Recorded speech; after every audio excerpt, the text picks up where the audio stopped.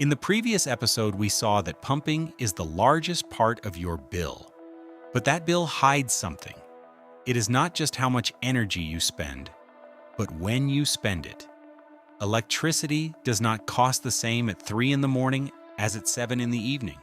And it turns out you already have a giant battery to take advantage of it, your elevated tank. Today we turn it into what it really is. First, electricity. Many operators pay a time of use tariff. The day is split into bands. The off-peak hours, overnight, are cheap. The peak hours, usually in the late afternoon, are expensive, sometimes 3 or 4 times more. Here's a typical day's tariff. This band is off-peak, cheap. This other one is peak, expensive. And notice something, your water demand also has its peak, right in the evening, often right on top of the tariff peak.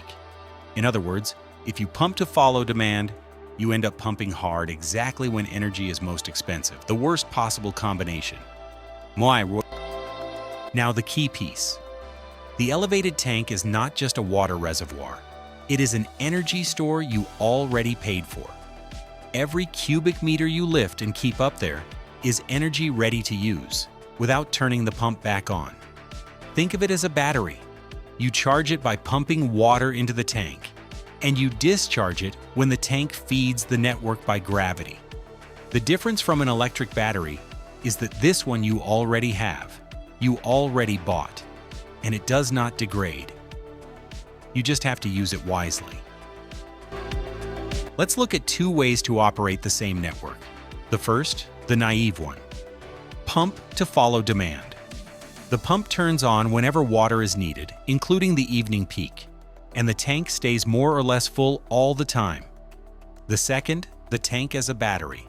You pump hard overnight when energy is cheap, and fill the tank almost to the top. Then during the evening peak, you turn the pump off. The tank, charged, covers demand on its own. Look at the difference. With the battery strategy, the pump barely works in the expensive band. We move the same volume of water, but we pump it when energy costs less.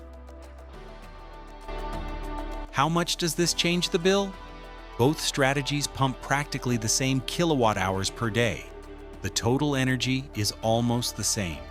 What changes is the price you pay for it. In the naive strategy, a good part of that pumping falls in expensive hours. In the battery strategy, almost all of it falls in cheap hours. The result, the same pumping, but the energy charge drops noticeably, in our example, more than a third. And you changed no pump, no pipe. You only changed the hour of the clock at which you pump. And there is a second saving that many people forget. The electricity bill of a large system has 2 parts. One is the energy charge, the kilowatt hours, what we just saw. The other is the demand charge. You are billed for the maximum power you draw, the peak kilowatts, even for just a few minutes. If your pump starts at full power right at the network peak, that peak power is billed expensively all month. By turning the pump off in the peak band, you not only buy cheap energy, you also lower your maximum power. That is called shaving the demand peak. And in many tariffs, that demand charge is as large as the energy one. Now let's be honest, this battery has a size. The tank can only store what fits, above the operational minimum level and the fire reserve. If your tariff peak lasts 4 hours and your sector consumes a lot, the tank may not be enough to cover it entirely. In that case, you do not turn the pump off completely. You run at the minimum, or you only shave the most expensive part of the peak. A good model, or a twin, tells you exactly how much you can shave without running out of water or pressure. The rule is simple: charge cheap, discharge expensive, without ever leaving the user without service. The message of the episode: your elevated tank is the cheapest battery you have, because you already paid for it.